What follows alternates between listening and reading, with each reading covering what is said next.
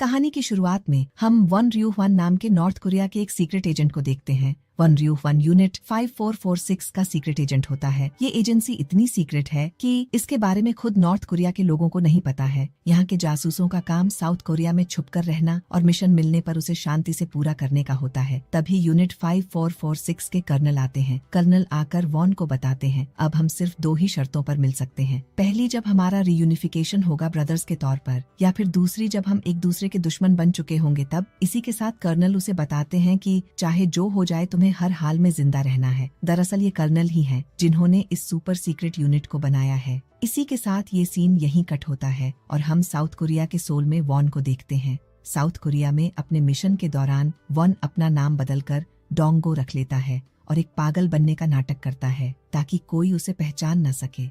लेकिन तभी हम इसी मोहल्ले में रहने वाले 2 बच्चों को देखते हैं जो अपने मजे के लिए डोंगो को परेशान करते रहते हैं। हालांकि वॉन इतना खतरनाक सोल्जर है कि एक झटके में किसी भी आम इंसान को खत्म कर सकता है। कहानी को आगे आसान रखने के लिए हम वॉन को डोंगो नाम से ही बुलाएंगे ताकि आपको मूवी समझाने में आसानी हो। खैर, कहीं न कहीं डोंगो को भी इसमें मजा आता था क्योंकि इतने लंबे समय से यहाँ रहने की वजह से उसे भी यहाँ के लोगों से लगाव हो गया था। डोंगो इस शहर में एक बूढ़ी दादी के साथ रहता है जिनका एक बेटा भी है और आसपास के सभी लोग दादी को मार्केट ग्रैनी के नाम से बुलाते हैं। अगली सुबह डोंगो सीढ़ियों से उतरते वक्त ऊपर से नीचे गिर जाता है। दादी बाहर आकर उससे पूछती हैं कि तुम हर दिन नीचे कैसे गिर जाते हो, जिस पर डोंगो मुस्कुरा देता है। दरअसल डोंगो ने अपना एक रूटीन बना रखा था कि 3 बार ऊपर से नीचे गिरना है ताकि कोई उस पर शक न करे और सब उसे एक पागल ही समझें। ग्रैनी की एक छोटी सी शॉप होती है जहां डोंगो काम करता है और इसके बदले में ग्रैनी उसे सैलरी भी देती है। अब तक डोंगो अच्छे खासे पैसे इकट्ठा कर चुका था, लेकिन वो अपना पागल बने रहने का नाटक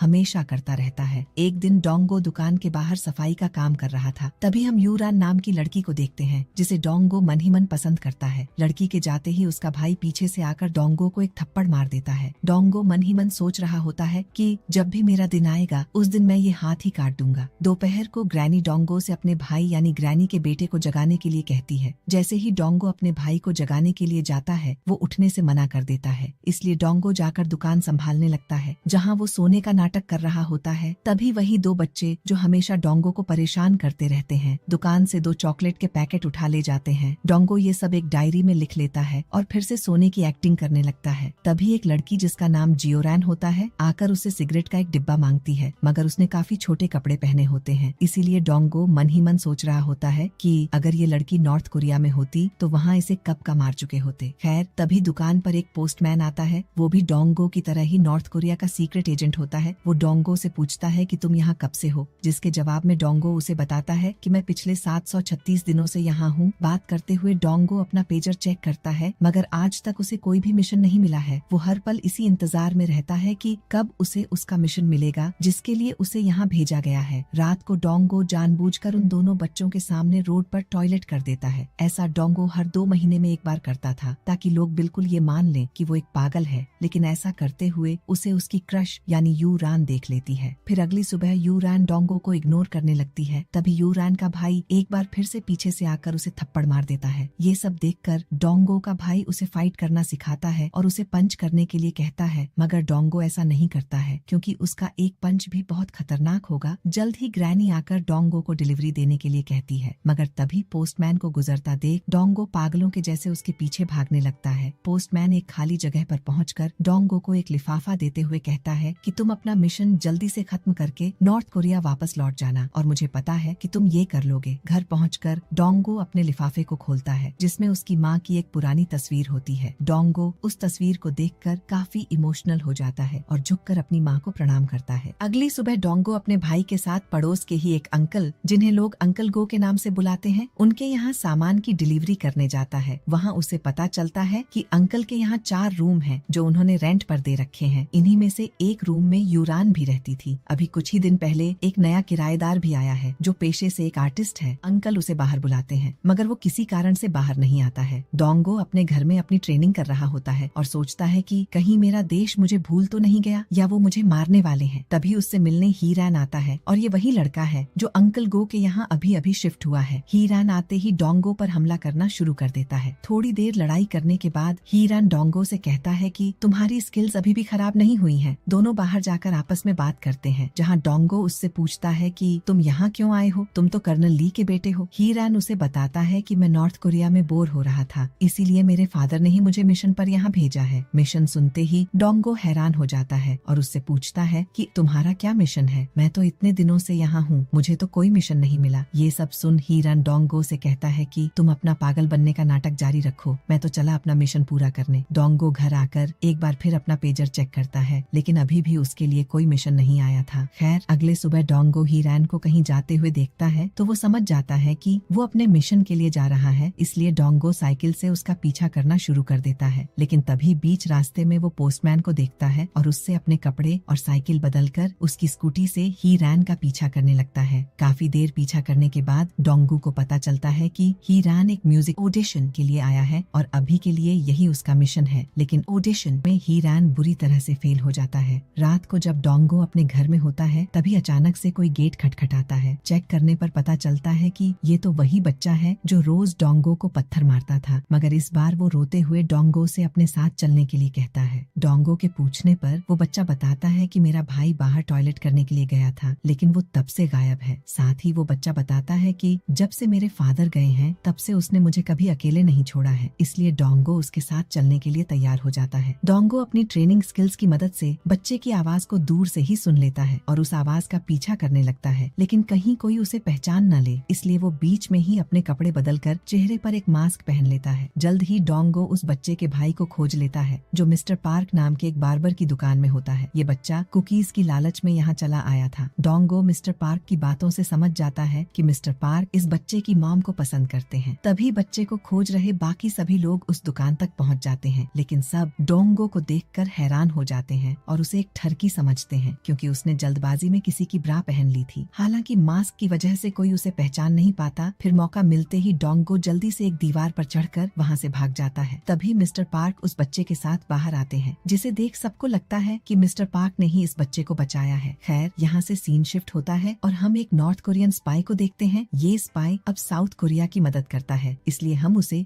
एक साउथ कोरियन एजेंट से बात करते हुए देखते हैं। वो बताता है कि इस यूनिट को आज से 16 साल पहले बनाया गया था और इन्हें काफी इंटेंस ट्रेनिंग के साथ तैयार किया गया है। तुम लोग चाहकर भी इन्हें पकड़ नहीं सकते हो। दूसरी तरफ हम फिर से पोस्टमैन को डोंगो की दुकान के पास देखते हैं। वो डोंगो को बताता है कि पार्टी की तरफ से उसे घर वापस बुलाया है। दरअसल पार्टी ने मेरी फैमिली को चाइना भागते वक्त पकड़ लिया था, इसलिए मुझे वापस बुला रहे हैं ताकि पार्टी मुझे सजा दे सके, मगर मैं जाने से पहले यहाँ कुछ लोगों को मारना चाहता हूँ और अंत में खुद को खत्म कर लूंगा ताकि मेरा परिवार सेफ रहे, इसलिए मुझे तुम्हारी एक गन चाहिए। डोंगो एक गन देते हुए पोस्टमैन से खुद को शूट करने के लिए कहता है, मगर वो ऐसा नहीं कर पाता। डोंगो उसे अपनी गन वापस लेकर समझाता है कि तुम्हें अपनी आखिरी सांस तक अपने देश के लिए लड़ना है, इसलिए अपने देश जाओ और एक बहादुर सोल्जर की मौत मरो। वहीं दूसरी तरफ नॉर्थ कोरियन एजेंट यूनिट 5446 के बारे में काफी सारी बातें कर रहा होता है, मगर तभी एक स्नाइपर उसे शूट करके मार डालता है ताकि वो यूनिट 5446 के गहरे राज किसी को बता न पाए। जिसके बाद साउथ कोरियन एजेंट्स एक यूनिट बनाने का फैसला करते हैं ताकि वो जल्द से जल्द यूनिट 5446 के एजेंट को पकड़ सके। शाम को डोंगो अपनी माँ के लिए चिट्ठी लिखता है और उसे अपने गद्दे के नीचे दबा देता है। यहाँ हम एक सोल्जर का अपने परिवार के लिए प्रेम समझ सकते हैं। चाहे एक सोल्जर कितना ही दूर क्यों न हो, वो हमेशा अपने परिवार को याद करता है। ये सब चल ही रहा होता है कि तभी उसके कमरे की लाइट चली जाती है। डोंगो कुछ समझ पाता उससे पहले ही कोई पीछे से उसके सर पर गन तान देता है। डोंगो उससे उसका नाम और रैंक पूछता है, लेकिन वो आदमी कुछ नहीं बोलता, मगर जाते जाते वो डोंगो को कैप्टन कहकर वहाँ से भागने लगता है। डोंगो उसका काफी पीछा करता है, लेकिन वो आदमी काफी तेज होता है, इसलिए डोंगो उसे पकड़ नहीं पाता है। दरअसल ये वही व्यक्ति है जिसने नॉर्थ कोरियन स्पाई को गोली से मारा था। पीछा करते वक्त जियोमरान डोंगो को देख लेती है। जियोमरान ने काफी ड्रिंक की होती है, इसलिए वो नशे की हालत में डोंगो को अपने साथ एक पार्क में ले जाती है, जहाँ वो उसे अपने पास्ट के बारे में बताते हुए कहती है कि जब मैं 18 साल की थी तब मैंने एक बच्चे को जन्म दिया था, लेकिन मेरे पेरेंट्स ने उस बच्चे को यूएस अडॉप्शन के लिए भेज दिया। तब से आज तक 7 साल हो गए हैं, मैंने अपने बच्चे को देखा नहीं है। इसके बाद वो डोंगो से अपना सच बताने को कहती है, लेकिन डोंगो उसे कुछ नहीं बताता और पागल की तरह नाटक करता है। खैर जब डोंगो जियोमरान को लेकर उसके घर छोड़ने जा रहा होता है, तभी उसे रास्ते में ही रैन मिलता है। डोंगो जियोमरान को ही रैन के पास छोड़कर उसे घर छोड़ने के लिए कहता है। तभी अचानक से जियोमरान होश में आती है और ही रैन के ऊपर उल्टी कर देती है। ही रैन जैसे तैसे उसे घर छोड़कर अपने कपड़े बदलता है। इसके बाद ही रैन वापस आकर डोंगो से कहता है कि मुझे तो लगता है कि हमारा हमारा देश हमें भूल गया है, जल्द ही वो हमें वापस बुलाएंगे और मार डालेंगे। जिस पर डॉनगो कहता है कि अगर वो मेरी माँ का ध्यान रखे तो मैं इसके लिए भी तैयार हूँ। जब डॉनगो अपने घर के लिए जा रहा होता है तभी एक स्ट्रीट में वो उसी लड़के को छुपे हुए देखता है जिसने डॉनगो के ऊपर गन तानी थी। तभी हम एक फ्लैशबैक में देखते हैं कि इस लड़के का नाम ली हे जिन है और जब ये छोटा था तब डोंगो की ट्रेनिंग के दौरान उससे मिला था। डोंगो उसे आवाज लगाता है लेकिन तब तक वो लड़का वहाँ से भाग जाता है। अगली सुबह डॉनगो सोच ही रहा होता है कि एक ही एरिया में 2 नए रिक्रूटमेंट, इसका मतलब है कि यहाँ कुछ गड़बड़ है। तभी यूरान का भाई आ जाता है और डॉनगो से अपने स्कूल के नए लड़के से मिलाता है। ये कोई और नहीं बल्कि ली है जिन ही होता है। तभी वहाँ से नया पोस्टमैन गुजरता है जिसे देख डॉनगो उससे पूछता है कि संगू कहाँ है, यानी कि पुराना पोस्टमैन। जिस पर वो जवाब देता है कि मुझे इस बारे में नहीं पता है। रात के वक्त एक स्ट्रीट में डॉनगो हाई जिन से पूछता है कि क्या तुमने संगू को मार दिया है, जिस पर जवाब देते हुए वो लड़का बताता है कि नहीं, मैंने उसे नहीं मारा, पार्टी उसे जिंदा चाहती है इसलिए मैंने उसे भेज दिया है और मैं उसे रिप्लेस करूंगा क्योंकि अब मैं वो छोटा बच्चा नहीं रहा। तभी स्ट्रीट में किसी की आवाज आती है जिसे सुन डॉनगो हाइजिन को अपने साथ छुपा लेता है। छुपकर वो दोनों देखते हैं कि यूरन का बॉस उसे परेशान कर रहा है। जिस पर डॉनगो हाइजिन से यूरन की मदद करने के लिए कहता है लेकिन हाइजिन उसे ये कहते हुए मना कर देता है कि मैं इस लड़की को नहीं जानता हूँ। जिस पर डॉनगो उसे समझाता है कि ऐसा करने से यहाँ के लोगों से तुम्हारे रिलेशन अच्छे होंगे। हाइजिन मदद के लिए आगे बढ़ता ही है लेकिन उससे पहले ही यूरन का भाई आकर उसे बचा लेता है। कुछ देर बाद हम डॉनगो और हाइजिन को यूरन के बॉस के साथ एक पार्क में देखते हैं जहाँ डॉनगो उसे ब्रा पहनाकर उसकी फोटोज क्लिक कर लेता है। साथ ही उसे समझाता है कि अगर तुमने यूरन को जॉब से निकाला तो मैं ये फोटोज इंटरनेट पर वायरल कर दूंगा। अगली सुबह डॉनगो, हीरन और हाइजिन तीनों साथ में बैठकर बातें कर रहे होते हैं जहाँ हीरन बताता है कि पार्टी को इतने जल्दी हाइजिन को यहाँ नहीं भेजना चाहिए था, वो अभी काफी छोटा है। जिस पर हाइजिन अपना शरीर को गीला करके अपने घाव दिखाता है जिससे वो दोनों समझ जाते हैं कि इस लड़के में दम है। खैर तभी अचानक नीचे से आवाज आती है जहाँ 2 लोग ग्रैनी को परेशान कर रहे होते हैं, साथ ही सामान की तोड़फोड़ भी कर देते हैं। डॉनगो ग्रैनी को बचाने के लिए नीचे जाता है लेकिन वो अपना पागल वाला नाटक नहीं छोड़ता है। तभी एक आदमी ग्रैनी को धक्का देता है जिस वजह से ग्रैनी बॉटल्स पर गिरने वाली होती है लेकिन डॉनगो उन्हें बचा लेता है। इससे डॉनगो को काफी गुस्सा आता है लेकिन ग्रैनी उसका हाथ पकड़कर उसे रोक लेती है। ग्रैनी के बेटे को ये बात पता चलते ही वो गुंडों से लड़ने पहुंच जाता है लेकिन वो लोग उसे बुरी तरह से मारने लगते हैं। डॉनगो भी हेजिन के साथ वहीं पहुंच जाता है और हेजिन से उन्हें अच्छा सबक सिखाने के लिए कहता है। यहाँ ग्रैनी अंकल गो से डॉनगो के पास्ट के बारे में पता करने को कहती है ताकि वो उसकी मदद कर सके। दरअसल सभी लोग अंकल गो के यहाँ एक पार्टी कर रहे होते हैं। तभी सीन बदलता है और हम नॉर्थ कोरियन ऑफिसर को देखते हैं जो कर्नल ली से यूनिट 5446 को डिसमेंटल करने के लिए कहता है। कर्नल ली उन्हें समझाते हुए कहते हैं कि कम से कम उन्हें सम्मान की मौत तो दी जाए। दोबारा हम अंकल गो को देखते हैं जो डॉनगो को बताते हैं कि मैंने तुम्हारे पास्ट के बारे में पता करने की कोशिश की लेकिन मुझे कुछ नहीं मिला, मगर तुम घबराओ मत, मैं जल्द ही तुम्हारे घर वालों के बारे में पता कर लूंगा। कुछ दिनों बाद डॉनगो के पेजर पर उसका मिशन आता है। इस मिशन के मुताबिक साउथ कोरिया में मौजूद सभी नॉर्थ कोरियन जासूसों को सुसाइड करना है। एक एक करके सभी स्पाई मरने लगते हैं। जल्द ही हाइजिन डॉनगो को खत्म करने के लिए आ जाता है जहाँ वो उससे पूछता है कि क्या आप मौत से डरते हो, जिस पर डॉनगो जवाब देता है कि जब तक पार्टी मेरी माँ का ध्यान रख रही है तब तक मुझे मौत से कोई डर नहीं लगता, मगर मरने से पहले मैं एक बार कर्नल ली से बात करना चाहूंगा। तभी हम एक फ्लैशबैक में देखते हैं जिसमें हेजिन डॉनगो की यूनिट में ज्वाइन होने के लिए कहता है। तभी डॉनगो एक चाकू निकालकर हेजिन के पैर में गाड़ देता है और कहता है कि अगर मैंने इसे 1 इंच और आगे लेकर जाऊं तो तुम कभी चल नहीं पाओगे, लेकिन जब तुम इस दर्द को सहन करना सीख जाओगे तब मैं तुम्हें अपनी यूनिट में ले लूंगा। बैक टू प्रेजेंट जहाँ हीरान डॉनगो से कहता है कि मैंने तुमसे बोला था कि वो हमें बस इस्तेमाल कर रहे हैं। इधर South Korean NIS team North Korean जासूसों की डेड बॉडीज को देख रही होती है जहां उन्हें पता चलता है कि इन सब के अंदर एक ट्रैकर लगा रखा है। NIS का टीम लीडर अपने सीनियर को ये सब रुकवाने के लिए कहता है। वो बताता है कि ये सब ब्रेन वॉश्ड हैं और काफी यंग हैं, लेकिन उसका सीनियर उसे बताता है कि ये हमारा काम नहीं है। वहीं दूसरी तरफ 2 लोग हेजिन को मारने के लिए उसका पीछा कर रहे होते हैं। हेजिन उन्हें देख लेता है और उनकी जोरदार धुलाई करता है। वही NIS का टीम लीडर डोनगो से मिलने आया होता है और उसे समझाता है कि वैसे तो तुम मेरे दुश्मन हो, लेकिन मैं नहीं चाहता कि तुम मारे जाओ, इसलिए जल्द से जल्द खुद को सरेंडर कर दो। जल्द ही हेजिन भी वहाँ आ जाता है, जिसे देख टीम लीडर वहाँ से भागने लग जाता है। हेजिन भी उसका पीछा करता है, लेकिन जल्द ही NIS के लोग उसे घेर लेते हैं। डॉनगो भी पीछा करता है, लेकिन तभी पुराना पोस्टमैन आता है और डॉनगो को रोक देता है। वो डॉनगो को बताता है कि मैं नॉर्थ कोरिया नहीं गया, क्योंकि मैं जैसे ही वहाँ जाता वो लोग मुझे मार देंगे। उन्होंने मेरे परिवार को भी मार डाला है। उधर NIS का टीम लीडर हाइजिन का पेट काटकर उसे वो ट्रैकर दिखाते हैं जो नॉर्थ कोरिया ने उनकी बॉडी में प्लांट किया था। जल्द ही कर्नल ली अपने बचे हुए जासूसों जासूसों को मारने के लिए साउथ कोरिया पहुंच जाते हैं। डॉनगो मिस्टर पार्क से अपना हेयर कट करवाकर ग्रैनी से मिलने जाता है, जहां वो ग्रैनी को बताता है कि मैं वापस जा रहा हूं जहां से मैं आया हूं। ग्रैनी बड़े भारी मन से उसे कहती है कि ये तो अच्छी बात है, तुम अपना खाना खाना मत भूलना, मैंने तुम्हारे कपड़े साफ कर दिए हैं। और उसे एक सूट देते हुए कहती है कि जब तुम मुझे पहली बार मिले तब तुमने इसे पहन रखा था, मैंने एक पासबुक भी इसमें रख दी है, जब भी जरूरत लगे तब इन पैसे को निकाल लेना। यह सुनने के बाद डोंगो ने कहा कि यह पैसा आपके बेटे को दिया जाना चाहिए। डोंगो को याद आता है कि जब वो पहली बार साउथ कोरिया आया था तब से ही ग्रैनी ने उसकी मदद की है। डोंगो ग्रैनी से कहता है कि आपको ऑपरेशन करवाना चाहिए। डोंगो को जाता देख ग्रैनी काफी उदास हो जाती है और रोने लगती है। जल्द ही डोंगो अपने कपड़े पहनकर बाहर आता है और जोम रान को देखता है। वो जोम रान को देखकर उसे एक पर्ची देता है जिसमें उसके बेटे का पता होता है। साथ ही उसे सलाह देता है कि थोड़े अच्छे कपड़े पहनना करो, जब तुम अपने बेटे से मिलकर वापस आ जाओ तो सिगरेट के सारे पैसे चुका देना। जल्द ही डोंगो ही रैन से मिलता है और उसे बताता है कि हैजिन को NIS वालों ने पकड़ लिया है। तभी वो एक साउथ कोरियन स्पाई को देखता है जिसे पीटकर डोंगो उससे माइक छीन लेता है। NIS के टीम लीडर उसे बताता है कि हैजिन हमारे पास है और सेफ है, इसलिए डोंगो एक सुनसान सी जगह पर कर्नल ली से मिलने का फैसला करता है। कर्नल से मिलते ही डोंगो उनसे पूछता है कि क्या मेरी माँ ठीक है। कर्नल ली इस सवाल का जवाब नहीं दे सके